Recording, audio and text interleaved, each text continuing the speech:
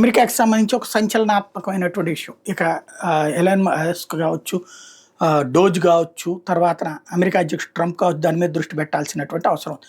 US aid అనేటటువంటి దాని నుంచి డబ్బులు తీసుకుని తీవ్రవాదులకి, చివరికి పాలస్తీనా తీవ్రవాదులకు కూడా డబ్బులు ఇచ్చారు అన్నటువంటి విషయం బయటపడింది కదా. అట్లాగే 200 ఏళ్ళు 150 ఏళ్ళకి కూడా ఏళ్ల తరబడి డబ్బులు ఇస్తున్నట్టుగా, సోషల్ సెక్యూరిటీ ఫండ్ ఇస్తున్నట్టుగా బయటపడింది కదా. బయట ఉన్నటువంటి అమెరికన్లకు డబ్బులు ఇస్తున్నట్టు బయటపడింది కదా. అట్లాగే అనేక పనికిమాలిన సంస్థలకి, ఓకేజాన్ని డెవలప్ చేసే సంస్థలకి ఇస్తున్నట్టు బయటపడింది కదా. ఆ కుంభకోణాన్ని కంట్రోల్ చేసి ఆ డబ్బులు దాచిపెడుతుంటే ఇప్పుడు తాజాగా మెడికెయిడ్ అండ్ మెడికేర్ అడ్మినిస్ట్రేటర్ డాక్టర్ ఓజ్ కొత్త విషయం చెప్పారు. $బిలియన్ల ఫ్రాడ్ ఇంకోటి కూడా జరుగుతోంది.